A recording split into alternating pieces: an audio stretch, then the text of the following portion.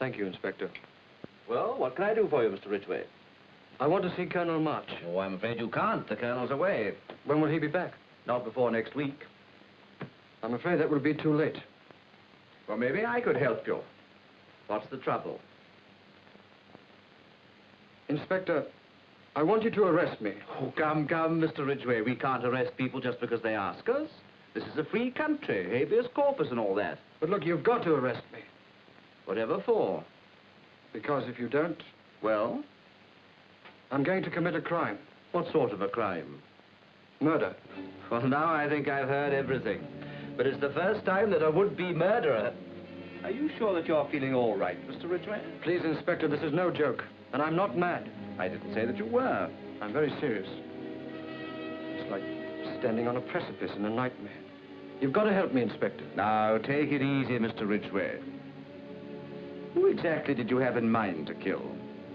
My wife. Oh, I dare say quite a lot of husbands have had that in mind from time to time. Don't joke about it, Inspector. Are you or are you not going to arrest me? To be serious, no. Not unless you have committed a crime. But I'm about to commit one. I want protection from myself. Mr. Ridgeway, you ought to see a doctor, not a policeman. Can't you understand? I've prepared the perfect murder. The perfect murder, eh? That's what they all think. Others have tried. But I know I've succeeded. This must seem as if I'm showing off to you, Inspector. But I assure you I'm going to bring it off. Unless I'm stopped, and I've got to be stopped. I suppose you tell me all about it, if that's what you want. Well, after you hear me out, I'm sure you'll do what I ask. My wife, Edna, well, she's considerably older than I am. She's also very rich. Oh, there's nothing wrong in that. For the last 10 years, she's treated me as a cross between a lapdog and a lackey. Well, I've endured it because, well, I make no excuses, Inspector. I'm not one of the world's workers. And I suppose I would have gone on enduring it for the rest of my life if I hadn't found out about... About what? Have you ever heard of F306? I can't say that I have. What is it? Something to do with nuclear fission? It's a weed killer invented in Germany. It's colorless, odorless, tasteless. A woman in Hamburg killed 13 people with it before she was found out, and then only by accident. She must have had a very nasty disposition. F306 becomes lethal in a few seconds if heated and vaporized, and it leaves no trace. It's the perfect weapon for the perfect crime. I suppose this sounds kind of simple to you, Inspector, but I assure you I've worked out a beautiful plan. Every detail has been taken care of.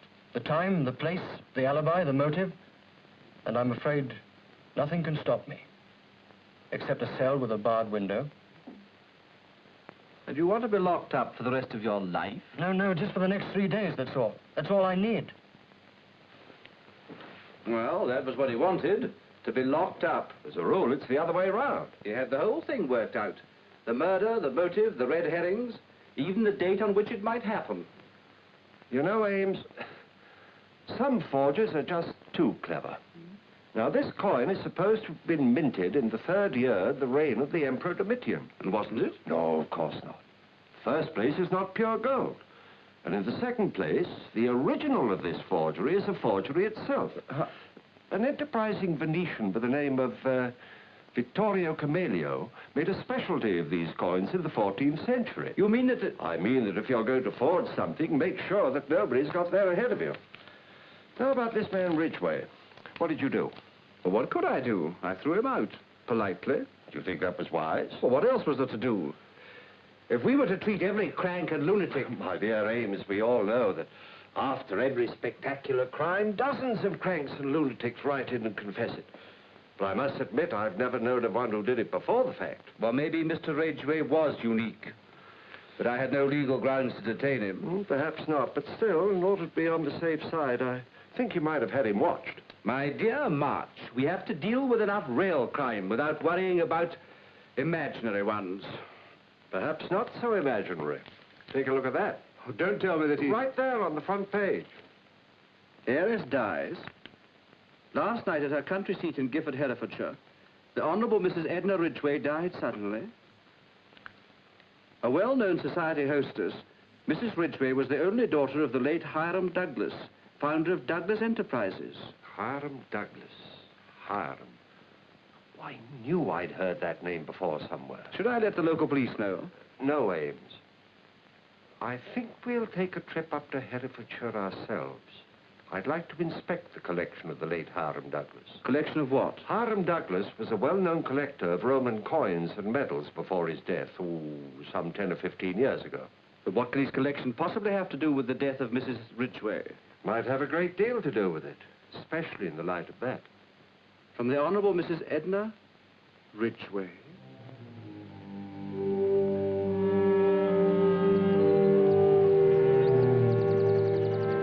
Colonel March and Mr. Ames, ma'am. Oh, come in, gentlemen, come in.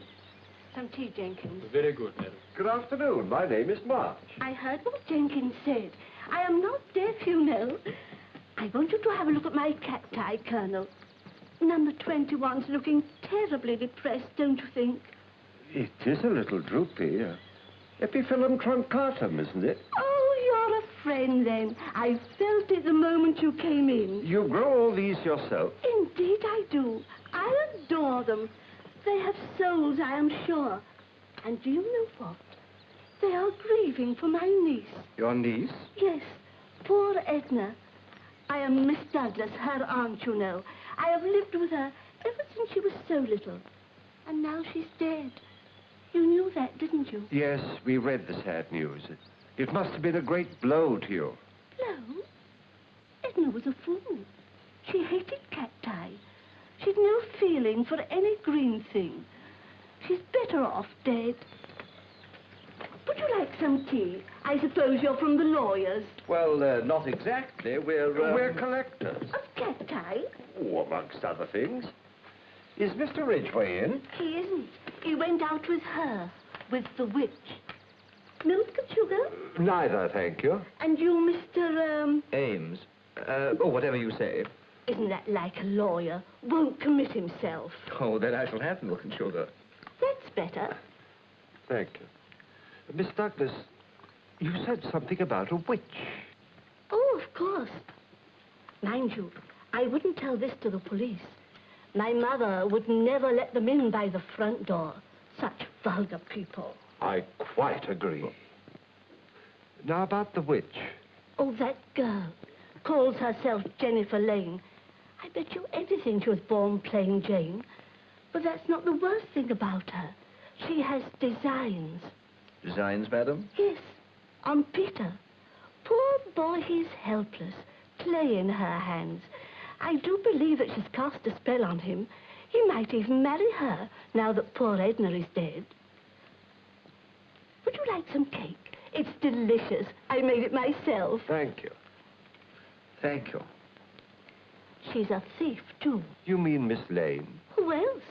I'm sure she took the letter. Isn't it delicious? You said just now something about a letter. Did I? Oh, yes. Mind you, I didn't approve of it. When I saw it was addressed to Scotland Yard... I beg your pardon, madam. You were saying something about a letter? Poor Edna wrote it and gave it to me to post. I was going into town to buy a few things. And Miss Lane purloined the letter? Can't you speak plain English? These lawyers. She stole it. At least, I put it for a moment over there, and a few minutes afterwards I looked. It was gone. Of course, you've no idea what the letter was about. How could I? I know that Edna put something inside the letter. Something round and hard and flat like... Like a coin? However did you guess? Oh, good afternoon, everyone. Hello, Peter. I've been having such a lovely chat with these gentlemen. Well, I'm sure you have, Aunt Josephine. But now I think you'd better run along. The inspector's here to talk to me. Secrets. You're having secrets again. Oh, no, I'll tell you all about it later. Now I'm sure you'd better go. I think Jenkins wants to talk to you about dinner. Oh, all right, all right. Goodbye, Colonel. It's been so nice to meet a genuine cactus lover. Well, how are you, Inspector? I don't believe we've met. Ah, Colonel March, Mr. Ridgeway. How do you do? How do you do? I'm sorry to intrude upon your grief. That was no intrusion. I've been expecting you. Indeed? Yes. Oh, Colonel March, this is Miss Lane, my late wife's private secretary. Jennifer, these gentlemen are from Scotland Yard. How do you do? How do you do? First of all, I owe you gentlemen an apology. Aunt Josephine, well, I'm sure you must have realized it. She's quite harmless, of course. We prefer to call her eccentric. But to tell you the truth... Well, she struck me as a woman of great perception. She did? Well, you're entitled to your own opinion, Colonel. But you haven't had to live with her the last few years. Oh, I'm sure Mr. Ridgeway didn't mean to be unkind. Aunt Josephine is really rather a darling. Thank you, no. A difficult darling, if you like. Mr. Ridgeway, a few minutes ago, you said that you were expecting us. Why? Well, isn't it obvious? 5 days ago, I visited Scotland Yard. I asked Inspector Ames to arrest me. Yes, I know. Then surely you must know why I expected you. 2 days ago, my wife died. On the very same day that I told Inspector Ames that I would murder her. It takes no brilliant powers of deduction to forecast your visit. Did you kill her, Mr. Ridgeway? He didn't. Of course I didn't, Colonel. What made you change your mind? You wouldn't believe me if I told you. Why not? Because I didn't change my mind. It was changed for me. My wife died a natural death. Mrs. Ridgeway had a weak heart, a doctor will tell you. And then after the excitement of that big party on Saturday night, she collapsed. Quite a coincidence. I told you wouldn't believe me. Oh, I didn't say that. I merely pointed out the coincidence. You see, you gave Inspector Ames quite a shock. Did I? I'm sorry. All his life he's been used to chasing criminals. It upsets him a great deal when crime just walks into his office. Did your wife die a natural death, Mr. Ridgeway? Would you like to see the death certificate? Yes, we would. No doubt it's in perfect order, but then, of course, Mr. Ridgeway was planning the perfect crime. Planning, yes, but I didn't commit it. To be frank, I didn't have to. To be equally frank, that's an open question. So you don't believe me? Did you expect me to? But he didn't kill her, I swear it. What do you propose to do about it? Well, there are several alternatives. Ames and I, of course, could go to the local police and persuade them to call in the yard officially, but... But you'd rather not? Well, I think for the sake of all concerned, it'd be better if we kept this a private investigation. Now, if you would agree to... Agree to what? Offer us your hospitality for a day or two. I'm sorry to impose on you, but... Mr. Ridgeway will be delighted. After all, it's very much to his interest that you should prove him innocent. I'll make the arrangements at once. Of course, gentlemen, we'd be very glad to have you. I hope your stay at Douglas Hall will be very comfortable. Has that man gone crazy? Either his wife died a natural death and he should kicked us out, or he killed her, and the last thing he ought to do is to have us stay here. Ah, Indo-Bactrian coins, 200 BC. I didn't know Hiram Douglas went in for those. And that old frump, talking about cacti and witches and letters. Euthydemus the First, the best I ever saw. What delicacy of design. Colonel, please. I feel that I've been in a lunatic asylum for the last half hour, and if you don't tell me, I shall be ready for a straitjacket myself. I wish I could get a closer look. Colonel, what are you going to do? Do? I explore the house, of course, and perhaps have a look at Mrs. Ridgeway's room.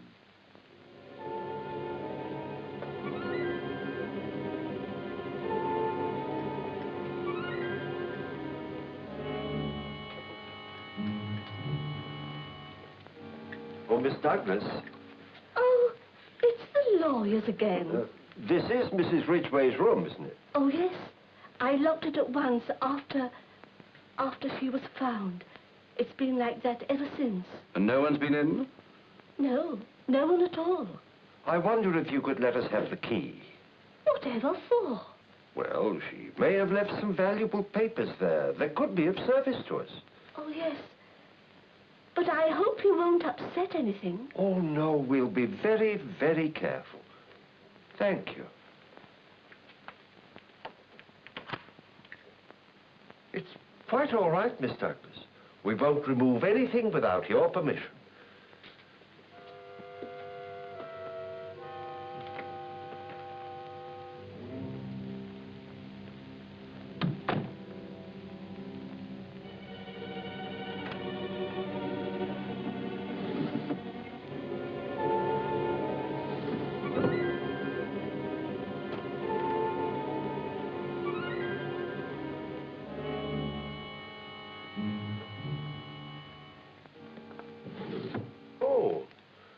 Stengler's book on Roman coins.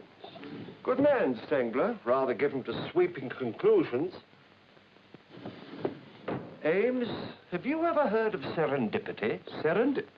I'm sure there isn't any such word. Ah, but there is. It's the faculty of making happy chance finds, just like this book. What strange things people use for bookmarks. I remember a librarian telling me of the curious things they find in return books.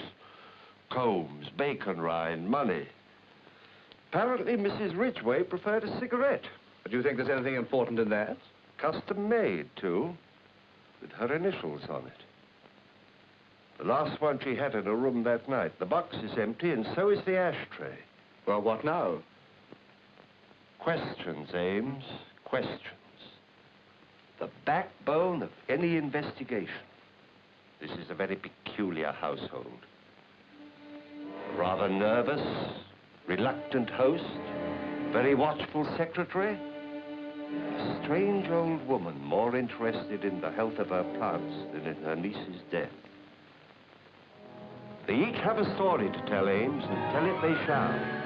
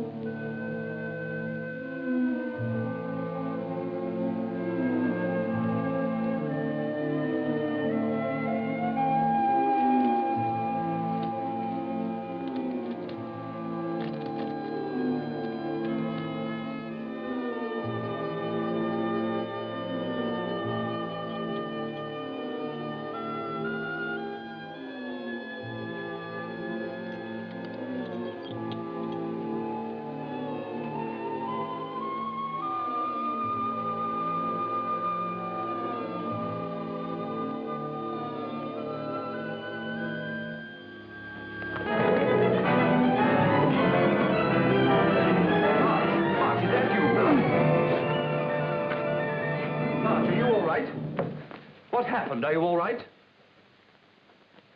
I'm sorry. It was a misunderstanding.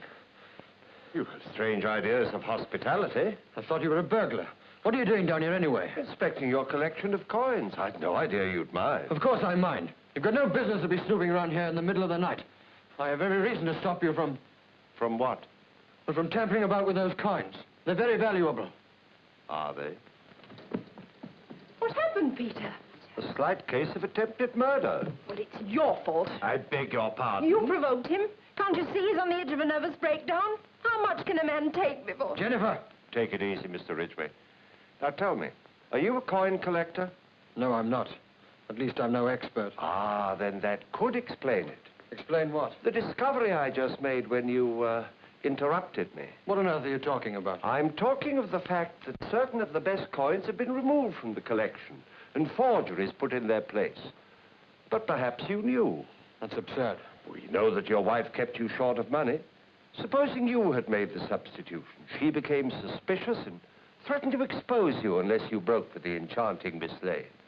What a perfect little motive for your perfect murder. A perfect theory. I suppose you have proof to support that. Mr. Ridgeway, are you aware that your wife wrote a letter to Scotland Yard enclosing a counterfeit coin? She gave it to her aunt, Miss Douglas, to post. But it seems the letter disappeared. Isn't that just too bad? Is it? Read that, Ridgeway. Where did you get that from? Through the usual postal channels. Let me read a passage for you. And it would seem that many of the more expensive coins have been systematically removed and replaced by worthless imitations, of which the enclosed is one. I'm very much afraid that my husband is involved, so would you please... That's enough. Jennifer, you told me you'd All stopped right, it. Ridgeway, let's forget coins and letters for a moment. I think it might be useful if you told me again where you were on Saturday night. We've gone over that twice already. I know, but you might have forgotten something. I just want to be certain. All right. Well, my wife and I were hosts at this large party. It broke up about midnight. One of our guests, Lady Trenton, well, she couldn't get her car started, so I offered to drive her home. When was that? About 1:45. I told Edna about it, and she said she was going straight to bed. She had one of her headaches. Well, I drove Lady Trenton home, and, well, she lives about 10 miles from here. And when I got back, I went straight to my room. What time was that? Oh, about 2:30, when I went upstairs. 2:30. Mr. Ridgeway, you know the Miss Douglas testimony places the time of your wife's death at between 2 and 2:15? Yes, I'm aware of that. And you came back to the house and went straight to your room at 2:30, you say? Well, it might have been a few minutes before. No, it was exactly 2:30, I remember now. I had a very early appointment on Sunday morning. My watch had stopped, so I called time signal. They said it was 2:31. You're sure of that?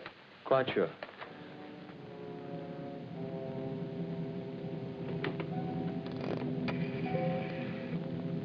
May I have the supervisor, please? Supervisor, this is Colonel March of Scotland Yard. I wonder if you play me the time signal record used on the night of April 10th and 11th between 2 and 2:30 a.m. Yes, I'll hold on.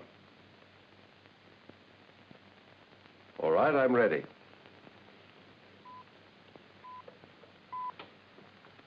At the third stroke, it will be 2 o'clock precisely.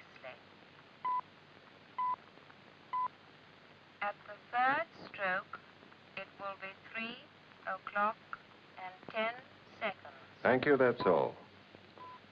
You were a little unfortunate, Mr. Ridgeway.